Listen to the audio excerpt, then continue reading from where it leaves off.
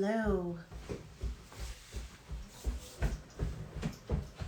think there's somebody else live at the same time. Huh? We're live. Okay. It's all right. There's nobody here yet, but the Gin Lord is here. I'm gonna let you in.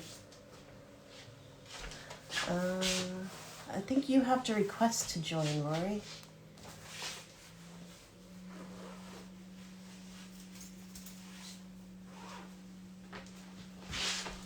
Earl of Norton has joined. I just chatted with him a moment ago. There's Rory's request. Go live with the Gin Lord. Waiting for the Gin Lord. Dork's Hey. There he is. Oh, we have to aim up a little bit. We're not a good height for cocktails together. Do you want to sit and I'll stand and then we'll be closer to height, appropriate height. Hi, Rory. Hello. You all right? Very excited to do a cocktail with you. I know, me too. This is very exciting. So, hi, Gina Ding Ding. So last time I did a cocktail, Rory watched a little and did a little waving. And so after I was done, I asked Rory if he would like to do a cocktail with me, and he said yes. He didn't have anything in mind. I suggested one off the beaten path cocktail, which he didn't respond to. So I said, how about I design a cocktail just for you? Tell me what you have of ours and what you like. And you said simple and boozy, like you are yourself. Just like me. And so I know you like a Negroni, and I know you like strong, so I decided to go with our Navy Strength and Vermouth. But I wanted something a little different. And one of the other things Rory told me he had was our chocolate collaboration. And I think, there it is. I think often when people think chocolate, they think really sweet, desserty kind of cocktails, espresso martinis, things with lots of fruit. I wanted to do something more along a cocoa-y, old-fashioned-y thing. But I also remembered one other cocktail that I had tried where you just used a rinse of absinthe. I was a little nervous when Rory recently cringed when somebody said something with anise, but this isn't really like a licorice all sorts, some fake kind of anise. It's really lovely, and we just rinse the glass with it. So those are the main ingredients. The VSOT, we can use regular or the barrel finished. Have you decided which one you're going with? Not yet. I'll decide as soon as we go. I think we might do one of each. Are you going to stir one down as well? Or are we going to do? Am I going to do a double? You do a double and feed it to me. Okay, that's what I thought. We're going to do what? Yeah, do you want to do? Because we do have two mixing glasses, so we might do one of each and do a side by side. Because we've tasted them both, but we've never done a side by side comparison. Sure. So should we get started? Let me get my glass out of the freezer. I'll be right back. Okay. What were you going to say? Well, Rory's just disappeared, but I wanted to introduce Rory to our followers who may or may not. Most of you probably already follow him anyway, but he is the Gin Lord. The Gin Lord. Which is a very grand title. And we have, if the Earl of Norton is watching as well, we've got a royal collection. We do have a royal collection. But yeah, how long have you been blogging for now, Rory? And doing reviews and 5-6 years, something like that. Yeah. And can you tell us a little bit more about your most recent venture into? I've not even had a drink yet, and I'm sounding drunk. Most recent venture into podcasting. Yeah, so I've had the idea for about a year or so that I wanted to do a podcast. I didn't want to do a gin podcast. I wanted to do a drinks podcast. I didn't want to do a booze podcast, but I want to do a drinks podcast because I think that there's a lot of focus on food and flavour and things, and I think drink often gets overlooked in terms of the moments in our life that can be bookmarked with a drink, and whether that's Coca-Cola when you were younger or Ribena or whatever, but right up until what we like to drink now. So I came up with a concept which was a bit of a hybrid of Desert Island Discs, Room 101 and various other things, just to talk about 5 drinks that have kind of bookmarked in our lives.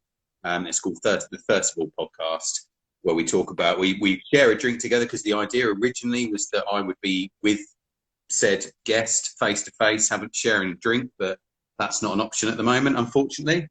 So I had to adapt a little bit. So we do it over Zoom, and we have a drink that we share together, and then we talk about a nostalgic drink that takes you back, your first ever alcoholic drink. What would your last drink on earth be? And then finally, what drink would you remove from the face of the planet? So I've done 5 episodes so far, and there's another, we're doing 12 in total. So the first series, and they're pretty much done and recording the last 2 in the next couple of weeks. But it's been really good fun. I think it's been really enjoyable talking to people about those 5 drinks, and you learn a lot about someone in a short space of time, just from their first drink or whatever. So it's been really good fun. Yeah, it's not ideal to do it under the circumstances, but your reach is a lot further because you didn't have to come up to Sheffield or have John come down to you to do. Yeah. It was probably easier to schedule time with people under lockdown, and it's just nice to connect with people. Yeah, I think you should keep it going longer than 12. I think you should just That's just the first season. No, I know, but you can just you can do as many as you want. Just have a break over Christmas, and then we'll be back for series 2 straight away in January. So yeah, I've already started planning for series 2, and loads of people want to do it, which is great. So there should be plenty of episodes to be going in. It's good as well because you can kind of just dip in and out of it. You see someone you recognise, or you want to get to know those people a little bit better. Yeah, really good fun. Yeah. Cool. I think it's a really interesting concept, and it's great. I used to work with a French guy when I was over in the States, and he was a kind of a rock star sommelier who was known all over the world, and his philosophy was not what wines and spirits do you pair with foods, but it's the other way. It should really be the other way around. What wines and spirits do you pair with people? What foods should you pair with wines and spirits? You should pair to what you're drinking, not to what you're eating. No, that's a good shout. Yeah, it's great. That's really good. But obviously, you guys were on episode 2. You guys were on, so that was really good, and that was one of the first steps. So brilliant fun. Nix was awesome the other day. Yes, we listened to it in the car, didn't we? She was great fun. She was hilarious. Yes. But it's really interesting as well, because now I've kind of recorded like 10 episodes of things that keep popping up. So Perno is one that I know you mentioned. That's one that's cropped up several times. Yeah. Hooch, MD 2020. And what was the one she ended up in the bath with a load of Jaffa cakes? Aftershock. Yeah. Speaking of Jim, speaking of Nick. We're talking to the devil. And she may appear. We're just talking about your Jaffa cake incident on the podcast. That's awesome. Excellent. Hi guys. So should we have? Let's start this cocktail. So you've already frozen your glass. I'm going to rinse mine with absinthe before I freeze it, and it'll chill enough while I'm mixing down everything else. So the absinthe, you're just going to pour like a drop, literally. Oh, I have to go higher here because there's 2 people on. Oops, that's more than a drop. But I'm going to dump the rest back. So did you already absinthe yours and freeze it? Yeah. Okay. So I am rinsing my glass, my lovely great-grandmother's glass. And then I'm going to pour it right into John's glass. Woo! Don't smash those. No, we want them to be in the 5th generation. And then I'm going to pop both of these into the freezer. I'm just going to pour the excess absinthe back into the glass. There you go. Cool. And it's amazing how much you get that absinthe flavor from just rinsing the glass. It really comes through, and I think it works so beautifully with the chocolate. Pardon? Yeah, this is a really good absinthe as well. It's Esprit Edouard. It's actually from the Loire Valley in France, and they usually come in pretty strong. This one is, I think it's like 79. It's a 72% ABV. Yeah. Jeez. Don't need a lot of that. So this is a pretty boozy cocktail. Yeah. And we're going to go with a Navy strength gin to go with that boozy. So I'm going with my very, very fancy measuring cup, and I'm going 40 mil. Not yet. 40 mils of the regular in one. Yeah. And I'm going for, which one are you going with? Regular as well. Regular, yeah. Yeah. And then 40 of, I think I'm with John on the liking the regular better, but I do want to try side by side. There is something lovely and complex about, oh my gosh, this is going to finish our Sauterne. There's not much left of that.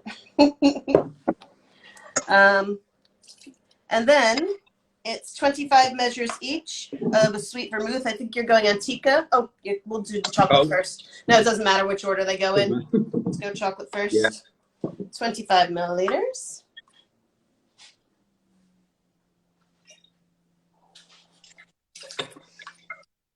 And 25 milliliters. Doubling up. Yep. And then I did it with Antica a couple of times. If you get a chance, I don't know if you've ever tried this one. It's lovely. I really like. I can't pronounce it. John can pronounce it. It's Chazlet. Chazlet. But the Antica is beautiful as well. Yeah, we've got either both are really good. I think the Chazlet is a little bit more. It's less botanical. This is really botanical. Yeah, I think you can get a slightly smoother finish with the Chazlet, but there's not a lot in it. No. All right. And then ice. Did you get the ice out? Oh, just give me the whole thing. So you need enough ice so that the liquid is below the level of the ice. So it's like, yeah. Chocolate ice. Yep, everything's in it. very good. And then I read something recently, and I liked the description with a stirred cocktail. Stir it till it's so cold that it hurts your hand. Yes, I'm on it. So that, depending on the glass, is about 20 to 30 seconds. That one's a little bit thicker, so it won't hurt your hand as much. Tasting as you go. Or are you already stirred down? I'm stirred down. I'm tasting. It's looking good. Doubling. You don't need a fancy mixing. No, it can go in a pint glass. Anything. Mixing Massive tin. jam jar, mixing anything that will hold liquid and get something cold. But it definitely needs some good stirring. Does your hand hurt yet? My hand almost hurts. All right.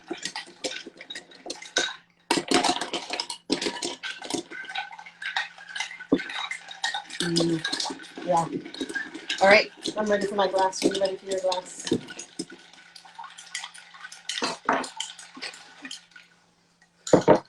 And then straining it into. You went with a Nick and Nora, yes? Basically, beautiful. Yeah. Lovely. And we're going with coupe. Definitely not a martini glass on this one. I'm going to do it on the table because I can't lift it and pour. You can smell, as you pour it, you can really smell that anise hit.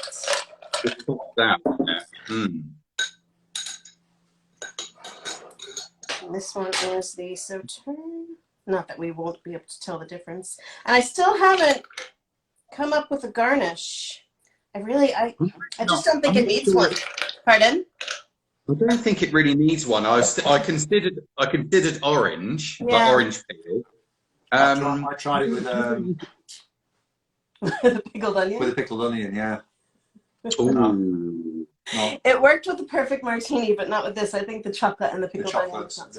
I was going to try a maraschino cherry, but they didn't arrive today, so I didn't. Oh, they tried. Amazon tried to deliver. Yeah, they tried. They can't find us. So, cheers to the cocktail invented for the gin lord. Yay. This one we were going to call it Nighty Night Then Rory. Because it is quite boozy. But then us Northern Monkeys are having to change our lifestyle again on Saturday. So we're actually going to call it Tier 3. So, yes. Yeah, Tier 3. This is called the Tier 3 cocktail. Cheers. Cheers. Oh, that's so nice and boozy. I wish that Dan from Ginteresting Times was here, because I think he would love this, because he likes the chocolate and he really likes licorice, so he needs to. Oh, he will love it. He will love this. And I know he likes Negroni as well, so that's perfect. Yes, Nick, there is the chocolate liqueur in there. It's because chocolate can go savory as well as sweet, and I mean, there's a sweetness there. It's not, but I wouldn't call this a sweet cocktail generally. And as you drink it, it changes. It's almost like wine in the glass. The chocolate and the absinthe kind of do a little dance, don't they? Yeah. Did you try them both? Yeah, I was trying both the barrel-aged, the Sauterne barrel-aged, and the regular clear VSOT. I think it's the clear. I like the Sauterne, but with the barrel aging, you get a little bit more dirtiness. Yeah. Almost. Whereas that's a little bit cleaner. Yeah. It's just complex. Regular VSOT. I don't think it needs. Good choice. I think if you did do the barrel aged, I think then I would probably then opt for an orange peel. Yeah. But I think the nice thing with this is it's nice and clean. It's nice and simple. You don't need to mess about with the garnish. Everything you need is in the glass, and that is absolutely delicious. Yes, thank you. Invention for you? Probably about 80% ABV. No, it's not. Because that's 27. What's the vermouth? 25. 16. Oh, is it lower than that? See how far away I had to hold that? When you're an old person like we are, you'll have to do that. You need longer arms. Hi, real girl. Yeah, I thought the vermouth was a bit smaller than that. Yeah. Oh, delicious. And the absinthe is just a rinse, but it's definitely night-night, Rory. Welcome to Tier 3. Yeah, I think it's a very good name. But with the absinthe, because when it sort of arrived, I gave it a bit of a whiff. I was like, whoa, I don't know about this, but just rinsing the glass, the chocolate just cuts through it nicely. The gin sings, the vermouth sings. It's just really, and it does. It just needs that care, stirred down, nice and chilled. Yeah. I need another. We played with the proportions a bit. Have you done that already? Oh my gosh!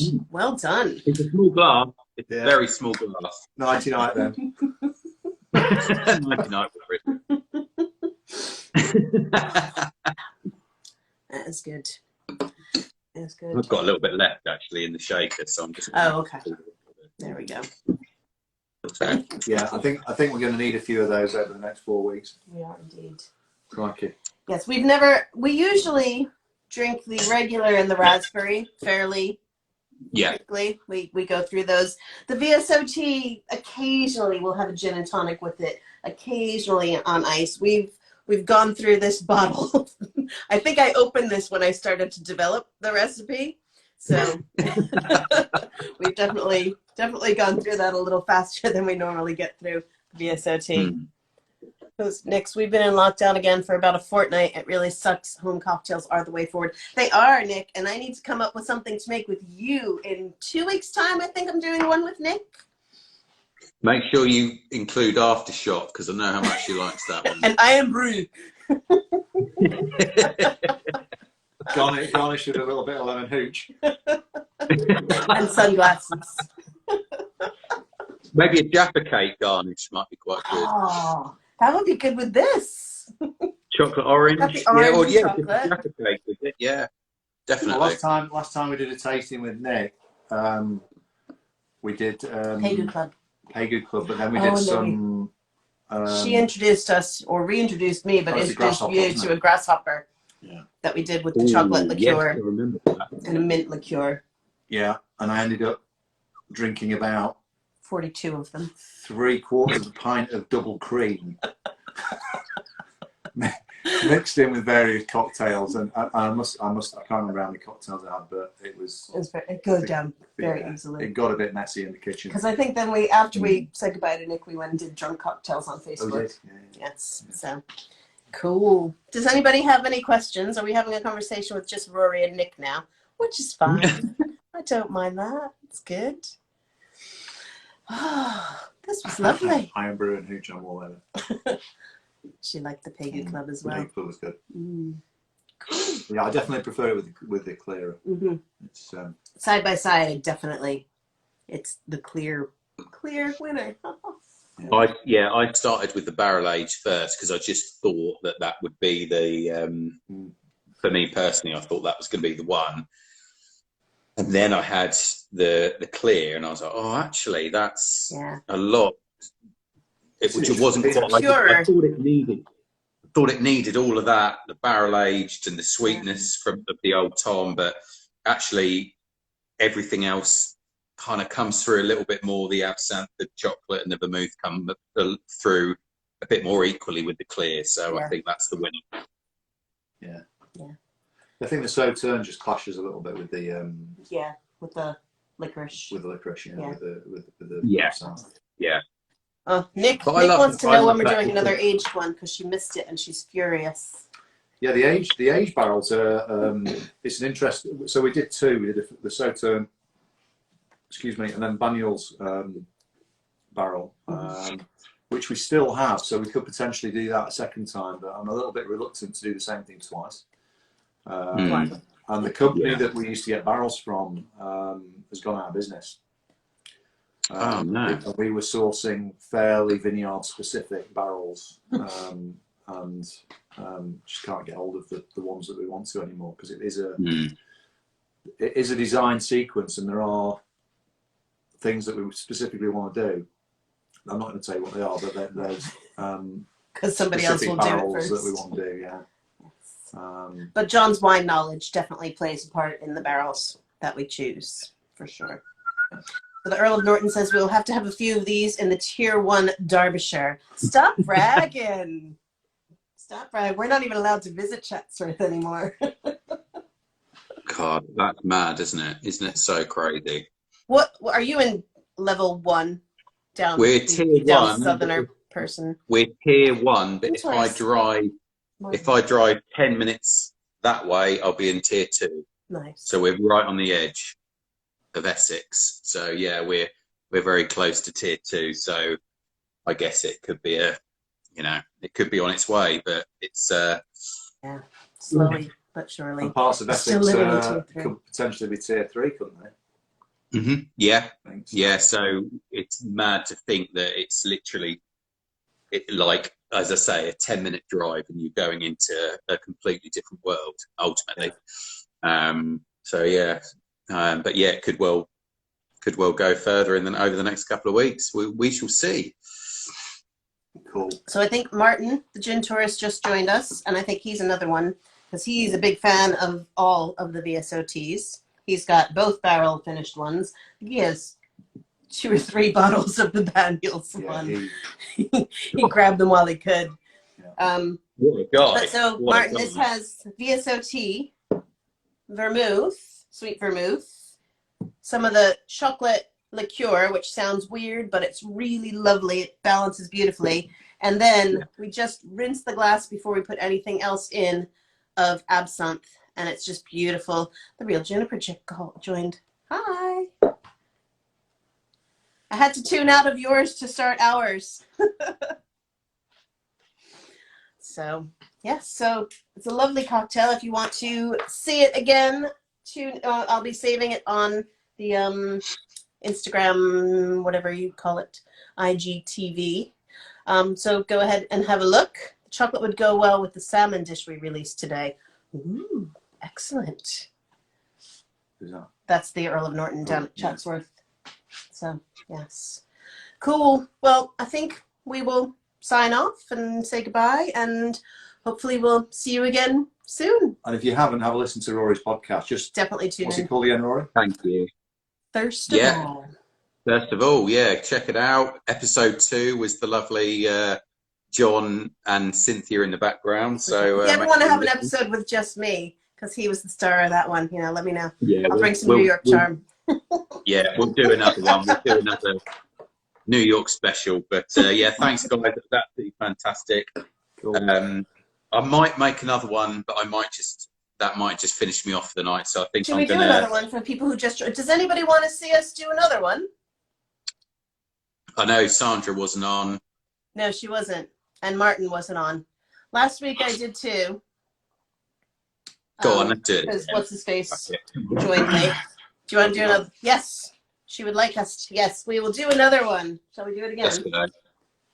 You wanna? Yeah, you have to remember parenting these days, Rory.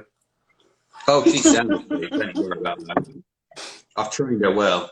I'm just going to do a double because we're both going to have the clear, and we don't have enough of this okay. But if you go and get the absinthe, I'll be back in a sec. All right. Do you have another glass to chill, or are you going to use that one again? I'll have to use this one again, I think. I'm going to give it a rinse. Yep. Ooh. The only question left is, are Nando's delivering tonight? I hope so. Otherwise, it's a curry. Nick says go for it, then she can take notes. Awesome. We are going to do it again. I can't believe I'm going to chug a drink that's this strong to finish it. Thing is, if you're gonna do it, you got to do it properly, haven't you? So Sandra wants to know what absinthe, and you're the pronouncing guy, so you tell her. This is Esprit Edouard. You can see is that back to front? That's probably back to front on everyone's. And it comes in very small bottles. This is a 200ml bottle, and it is 72% ABV. That one, and it's from the Loire Valley. It's actually from Saumur in the Loire. So usually absinthes come from down in the Alps, really, Pontarlier and in the Jura region. But that one is from further northwest. So we are going to give our glasses a rinse with the absinthe, just a dash. Oh, but I can't dump this back in because it was in a dirty glass. Well, stick it out of the glass. And it. Okay. So I am rinsing one glass. It's like kind of when you flour a cake tin and then you pour the flour into the second tin. If anybody else does that. The smell, just literally the smallest drop. Yeah. You don't need a lot. Just rinsing it, and all of the excess after it's rinsed, you either dump back into the bottle or you can give it to your husband to drink on its own. Didn't catch the recipe last time. I was going to slide into those DMs after you finished up. They use Jade Liqueurs Nouvelle Orleans Absinthe. Do you know that one? Yes. Yeah. The master approves. Okay, I'm going to do a double measure because I'm doing both of us, but we're starting with 40 mils of VSOT per person, so I'm doing 80. That's when this comes in handy, my ugly measuring cup.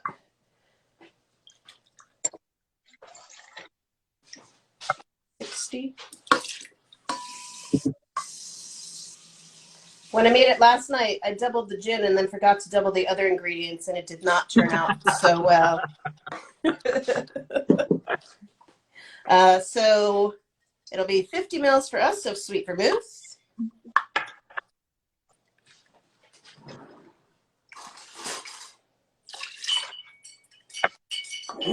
Oh, I forgot to put these in the freezer. Chill your glasses after the absinthe, which I forgot to do. So I'm going to get those in.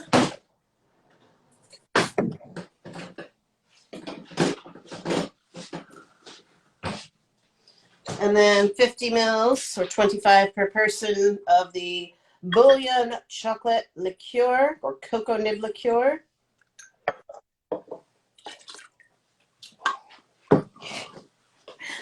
We're going to call this one the Night Night John Cherry. That's some serious lution from that little bit of absinthe. Oh, yeah. And then lots of ice. Do we have a spoon? Something with like a sugar spoon?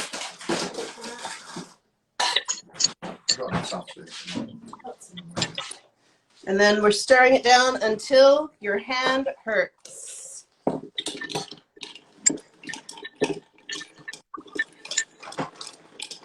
$200 mils lasts forever. Absolutely.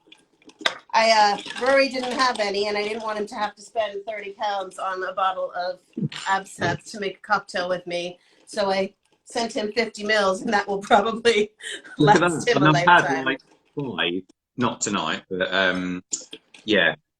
There's literally just the smallest drop in it.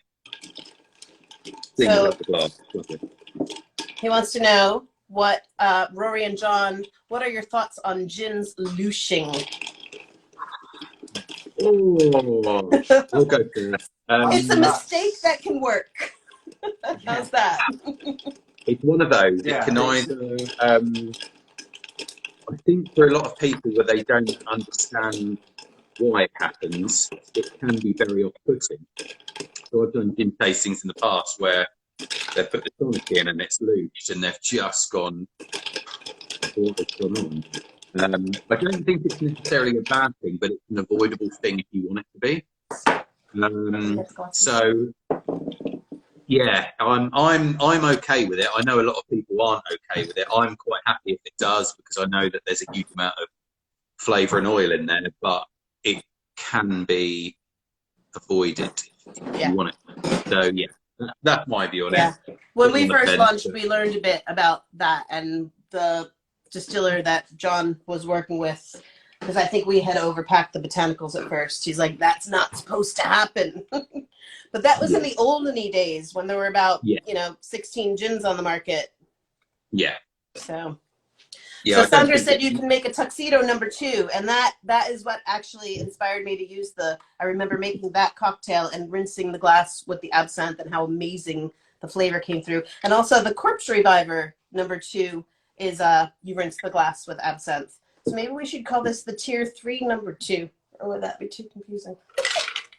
Well, what's not confusing about Tier 3 anyway? So Tier 3 #2 a la Boris. Get it, dog. This is going to be a good night's sleeping. All right, so that is the second time through. Did you get all that, Nick? Cheers. Can you avoid it and have the same mouthfeel and intensity? What, with looshing? Yeah, you can. I think, personally. I think you can. But it's kind of I guess for me, it's like, well, it's more of an aesthetic thing, because if it tastes and feels exactly the same, whether it looshes or it doesn't, I can see why people don't bother doing it. But it can be avoided. It's usually quite marginal. And it will depend on the dilution, and usually with a slight touch more dilution, it will disappear straight away. I don't think it's a bad thing. I think some people, it depends what you're doing as well. I mean, we make concentrates for some of the stuff that we do, and concentrates loosh straight away until you've actually volumized it in the process. So, it's but I mean, some things are supposed to loosh. If you look at limoncellos and our Morocello looshes, and it's just I think in that sense it's a good sign that there's actually enough botanical content in there to give you that intensity of flavor. I mean, that's the absinthe. You can see. Is that just water with it? That's just water and the absinthe. With like this much. Nick missed the vermouth. 25 mils of vermouth. 25 mils of chocolate liqueur. The absinthe, I'm just going to drop a little. You're supposed to have a spoon and drizzle water through it, through the sugar to make it a little sweeter. I'm just going to put a little tiny sugar cube in there and mash it up. This is turning into an episode of Drunk Cocktails. So it's only 72% there as well, John. I saw that. School day tomorrow. I think there are some brands that have done stuff that looshes deliberately. Yeah. And that's fine. Yeah. I personally say don't even think about cold filtering gin, in particular Navy strength. A dirty martini with a loose gin equals heaven. Julian, I think that sounds. It makes the dirty martini dirtier, doesn't it? I like a dirty martini. Yeah. Jules is all about the dirty martini. Ooh. We're working on a collaboration that will be a very good dirty martini if we ever get it out with Gin's My Tonic. Yeah. So watch this space if you like a dirty martini. Yes, please. Sir Robin is actually really good as a dirty martini because you get the slight sweetness from the gin, and then you get the salinity kind of cutting through it. I like salt and sweet. It's really nicely balanced. He dropped an oyster in his... Oh my God, that sounds amazing. I need to meet him.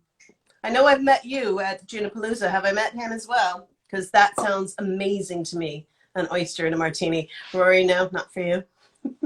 No, Julian's just mental, but in such a good way. I mean, the guy, what was the blue cheese thing he did? I mean, I was like, I don't know what the hell that is, but I tell you now, I need to try it. So that was a couple of months ago. There was, oh God, I can't even remember. It just blew my mind, but I've yet to try it, but he knows his stuff, so you have to kind of trust him and go with it. Nice. Excellent. That sounds good. If you'll meet him. We should do one together, Sandra. We should do a cocktail together sometime. Because this was fun. I am definitely feeling this second cocktail. We have to remember to save it. We have to end before an hour. We're good. 7:36. I'm with him on the blue cheese. So tell me about the blue cheese. What did I miss with the blue cheese? Oh, I can't even explain it. Sandra or Julia needs to explain that one, because that came out of nowhere. All right. I like blue cheese. Cheers. Cheers. Night, night, John Cherry. We have a kid. Oh, yeah, she's 12. She's not a baby. Oh, yeah. John, are you just nicking absinthe over there with it? Just... It's this. Oh, it's like it's the excess from the glass that we rinsed. Oh, okay. Oh, you did. Oh, and then it's water. It's mostly water. Well, okay, that's good. It's about 2/3 water, 1/3 absinthe. That one's quite strong. Oh, Stilton fat. Can't let it go to waste. Oh, that sounds amazing. Stilton fat wash gin martini. That's it. I'm gonna party with you, man. That sounds amazing. Yeah. Cool. Anyone got any more questions? We should. We should probably go and eat something before we fall over. Any questions for us or the Gin Lord? All right. Cool. Bonkers, but still good. Yeah. Cool. Thank you, guys. Thank you so much. I've got a little bit left, so I'm going to just enjoy that and probably pass out. But that was really enjoyable. Thank you so much. Thanks for joining us. Nice to see you. Yeah. Lovely to see you guys. And stay safe. And you've put another meaning on tier 3 now, so that's the main thing. Cheers, the tier 3 cocktail. Ciao. Cheers. Bye. See you later. Bye. Bye.